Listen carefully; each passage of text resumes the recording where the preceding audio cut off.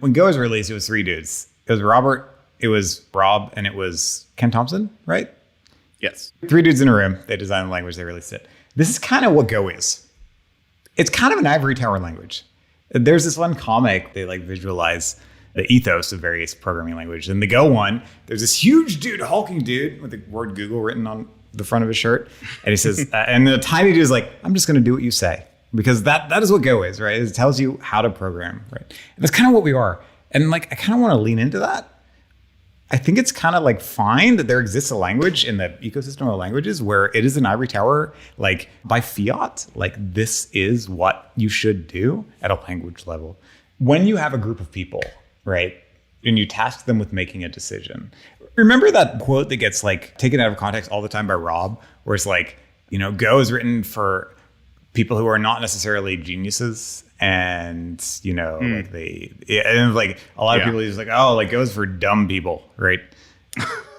You know what I'm talking about, right? Like whatever the phrasing is, right? So like, I want to say this again in a way that is more specific. Like as the number of programmers in an organization grows, the skill level trends towards the mean. This is just a fact, right? You can't avoid this, right? So if you want to write a programming language that serves the needs of a large number of programmers, it has to, the average programmer, right? It has to, like, you can't assume that everyone's brilliant. You can hire a team of 10 brilliant people. You cannot staff a company of 10,000 brilliant people, right? It's just like, it's not possible. So when you say like a decision being made by a large group of people will tend towards the like least common denominator of what everyone can agree on. By definition, right? Like by definition. And so if you only have 3 people who are all geniuses, the least common denominator of their opinions is going to be better, quote unquote, than the least common denominator of 100 people by definition, right?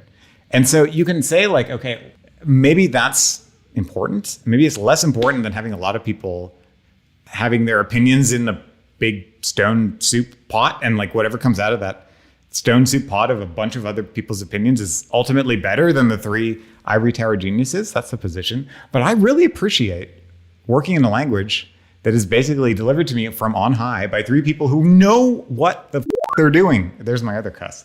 Who know what they're doing, right? And like, that's why I'm here. Like, I'm not interested in being the guinea pig for somebody's like guess at how async should work, right? Like, I want my language to be stable. I want that to be written by people who know what they're doing, and I'll do all the dumb stuff. That's my domain. You do the good stuff. I do the dumb stuff, right? I want that ivory tower stuff.